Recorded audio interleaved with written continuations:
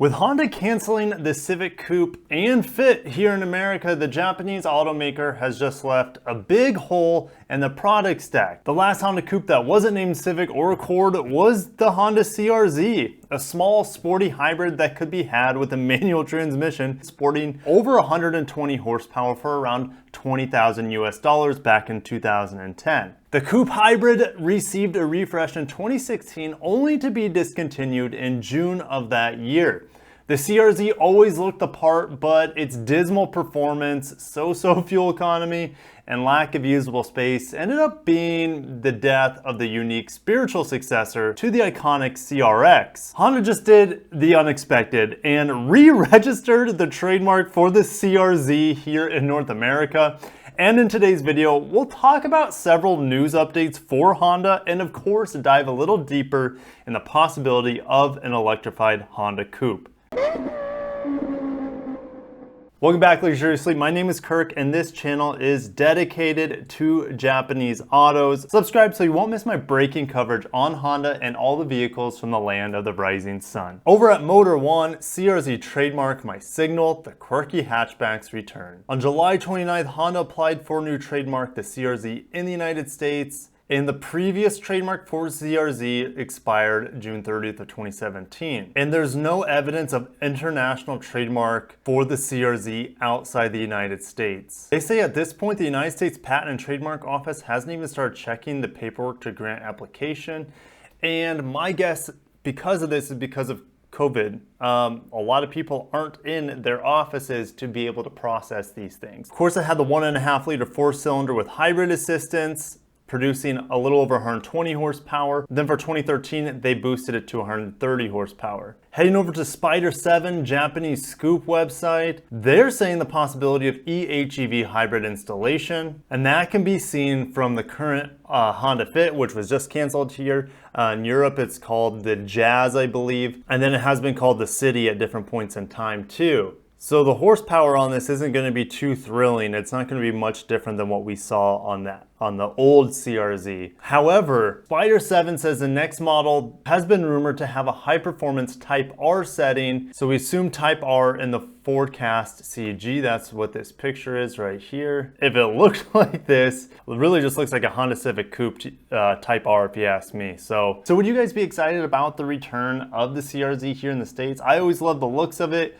I love the idea of having a manual in a hybrid. I thought that was unique, something cool. And they do have that gap in their product stack where they don't have that small two-door, or even they don't have the Fit here in America either. Now the Honda E just came out for many places in the world, that small, beautiful, fully electric car, very modest range, awesome looks, awesome technology. It is 100% Honda. Like everything about that vehicle I'm in love with. Could we see that as the CR-Z here in America? What if they just rebadged it? I don't think so. It would be very cool to see a Type R variant, maybe share a couple things with the Civic Type R, but I'm not gonna get my hopes up.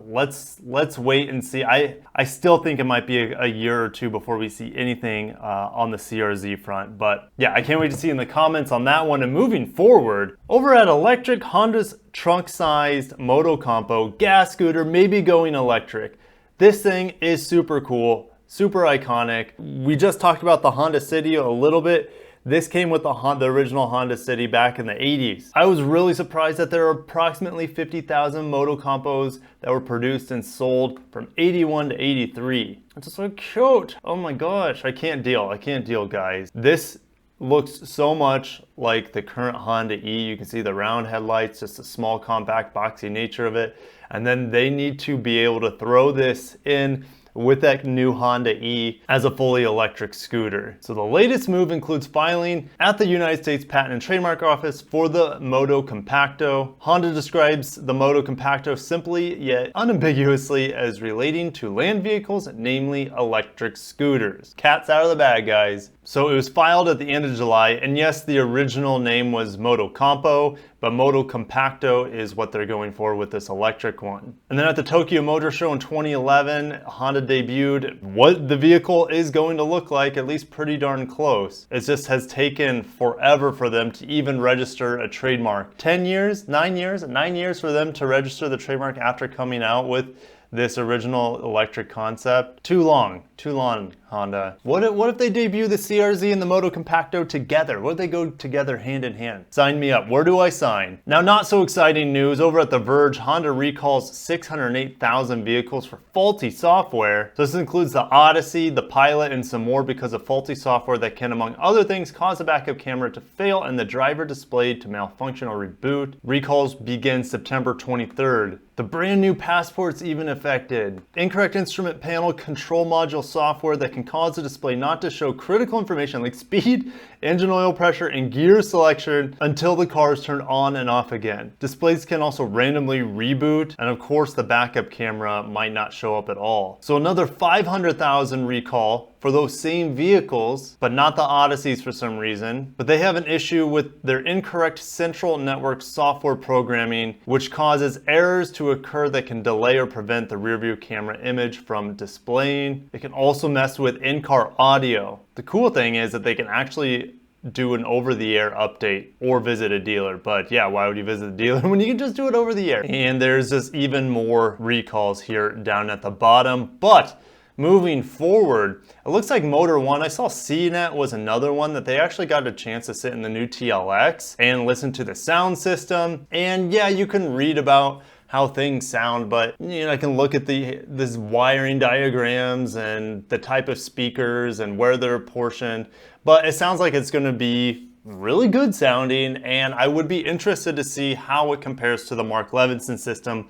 let's say in the ES. Now, in terms of the speaker setup, it looks to be a little bit superior to the ES, but it does carry the trend in all modern cars, or at least from what I'm seeing, that the speaker arrangement is definitely more front focused, and a lot of people don't like that. They're used to having the bigger speakers in the back in the trunk area, but I'm sure this still sounds absolutely incredible. They're partnering with Panasonic and ELS to bring this incredible sound system. So hopefully I get a chance to bring you guys my impressions on that ELS sound system and maybe a couple dance moves while I'm at it. And last but not least, over at the Acura press room, we got some July sales results. Acura actually doing some work here. They're up 2.5%. Their car's doing some real work and their SUV's hanging on. Honda is the one in trouble here, minus 12.5% overall. And here's the total results when you combine the two. So this is gonna be your month over month, and the Honda Fit actually had an okay July.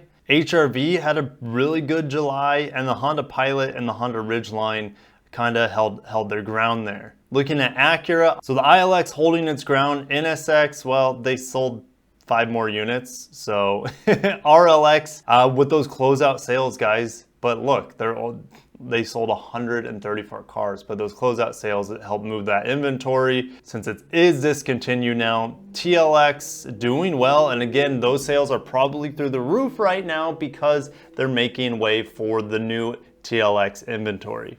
MDX down, but we should get an announcement here before the end of the year on a new MDX, so I'm really excited. Definitely subscribe so you don't miss that. And then the RDX putting in some work here.